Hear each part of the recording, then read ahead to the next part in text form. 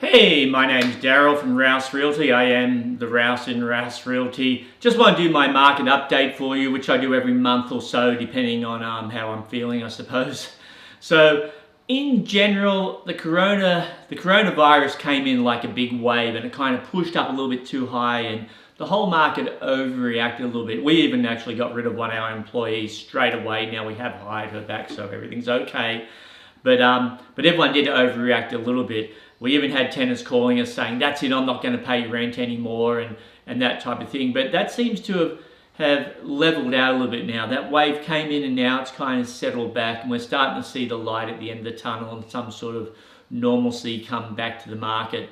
I think the rest of this year will be pretty steady. I did have one client that I spoke to this morning, a buyer making an offer on a property, predicting the price of property was going to come down 30%. That is not going to happen. 30%, that is not going to happen. We may see a little bit of a percentage drop, 2-3% maybe, but we will not see 30%. And she was from the Sydney market, so maybe the Sydney market is different, but Sunshine Coast market, we are not going to see that sort of drop. There's not that volume of desperate sellers to put that much pressure on the market for that to happen. Sellers here will just tend to wait it out a little bit for the most part. So in general, we are seeing the light at the end of the tunnel. I think we'll be out of this by June or July. We may see a few little bumps, not necessarily because of the actual virus itself, but because of the things associated to it now, like trade, etc. with China. We may see a few little bumps there. I don't think it will really affect this area very much at all, but it will affect different parts of Australia. And from that, consumer confidence may waver a little bit. So let's talk about sales in general. Sales in general, the overall volume is down, I would say probably 30 or 40%. So we have seen a drop in volume, but the proportion of buyers to sellers hasn't really changed. So this ratio has stayed about the same. There's less property on the market, but there are also less buyers looking. So that ratio hasn't changed. So the ratio of property selling is still the same. The overall volume has dropped a little bit. We have seen a slight softening in prices, but not necessarily price reductions, meaning if a property is listed for here and the seller would normally come down just this much, well, now they're coming down a little bit more. So we're starting to see that. In fact, I've only had one seller that I would actually call, I hate to use the word desperate, but a desperate seller where we got a really low offer and they said, "We'll take it." And I had to actually talk them into letting me negotiate them up a little bit and not risk losing them, which I did. But in my 34 years of selling real estate, I think that's the only person I've had that actually would fit into that desperate category. So buyers that are looking for that type of seller, they're almost non-existent, and they're finding that out. I just had a low offer come in this afternoon on a property, and it's just not going to happen. There's no way a seller's going to come down 70 or 80,000 on a $500 sale. Just not going to happen.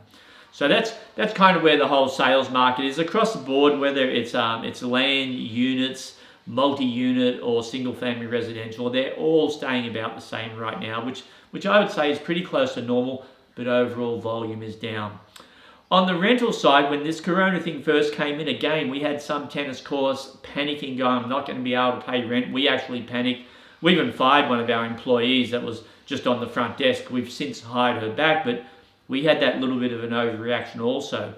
So those tenants that did do that, there were a few that were going to abuse the system. Then luckily the Queensland government adjusted the rules and said if you are going to stop paying rent or want an adjustment, you have to prove that you've lost that income. So once that happened, the number of people wanting to do that decreased dramatically. In fact, I'd say out of 400 plus rentals, we might have had probably 10 or 20 total want to do that. My light just went out, so hopefully I still have enough light on me.